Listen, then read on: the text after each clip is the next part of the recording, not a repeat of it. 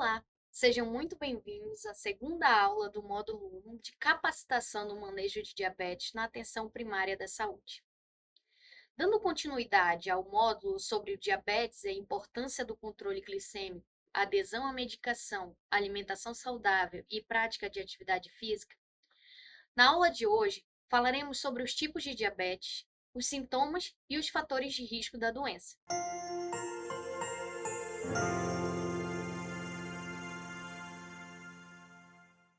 Você sabia que existem diferentes tipos de diabetes? Então, essa é uma condição que ainda assusta muitas pessoas, mesmo com um avanço no quesito diagnóstico e tratamento.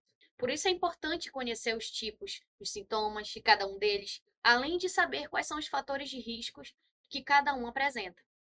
Pois com informações corretas é possível conviver com a doença, evitar complicações e manter o bem-estar e qualidade. Trouxemos aqui 3 tipos de diabetes que acometem a população.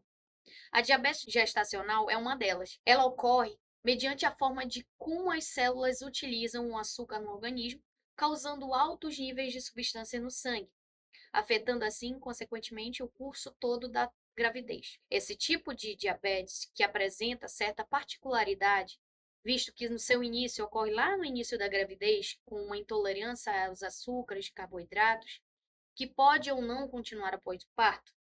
Isso acontece devido à extração contínua de glicose do feto. Mesmo quando a mãe se encontra em jejum, o bebê cresce no útero maior que a sua necessidade de glicose. Então, é importante diferenciar que mulheres que já são diabéticas ao engravidar não são consideradas portadoras de diabetes gestacional. Quanto aos sintomas diferentes de outros tipos de diabetes, esse tipo não costuma apresentar sintomas, por serem naturais da própria gestação, como cansaço, alterações do padrão de fome, sono e aumento da frequência urinária. Então, não poderemos levar esses sintomas como um parâmetro para identificar a doença. Dessa forma, sem realizar os exames no pré-natal, é impossível rastrear o diabetes gestacional.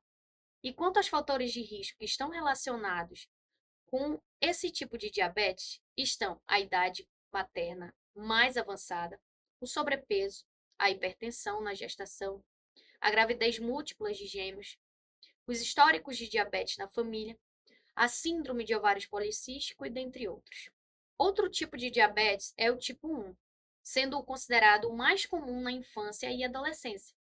Normalmente, ele ocorre de uma reação autoimune, de modo com que o sistema imunológico, de alguma certa forma, ele ataca equivocadamente as células do pâncreas, levando a pouca ou nenhuma liberação de insulina para o pâncreas no corpo, fazendo com que o açúcar todo fique retido ali.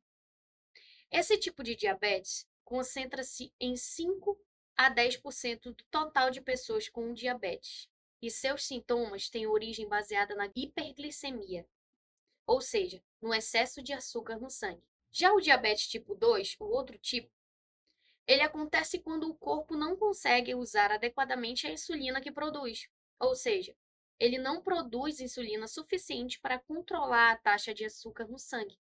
Assim, ele não consegue manter os níveis de glicose dentro da normalidade e uma das suas principais disfunções metabólicas estão a resistência à insulina, maior liberação de glicose pelo fígado, secreção deficiente de insulina pelo pâncreas. Esse tipo representa cerca de 90 a 95% dos casos de diabetes e depende tanto de fatores genéticos quanto de hábitos saudáveis.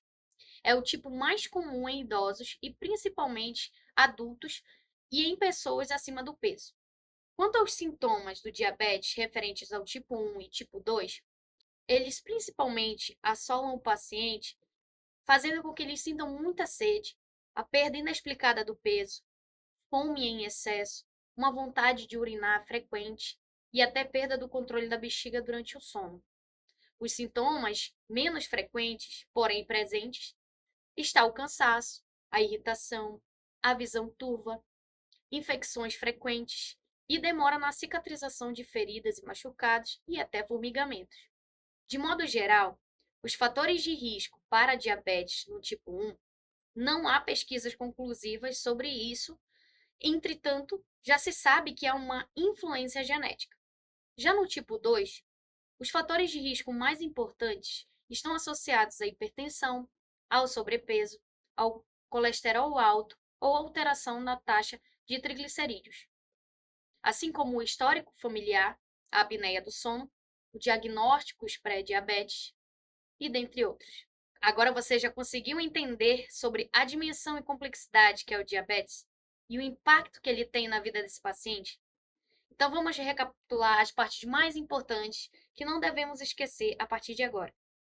A primeira é que a diabetes gestacional acontece durante a gravidez e ocorre devido a uma intolerância aos açúcares diagnosticados durante a gestação. A segunda é que o diabetes tipo 1, ele afeta o sistema imunológico e ataca as células do pâncreas. Consequentemente, pouco ou nenhuma insulina será liberada para o corpo e o açúcar ficará retido no sangue. O diabetes tipo 2 acontece quando o corpo não consegue usar adequadamente a insulina que produz ou não produz nenhuma suficiente para controlar essa taxa de açúcar no sangue. Era isso que eu queria apresentar para vocês e até a próxima aula.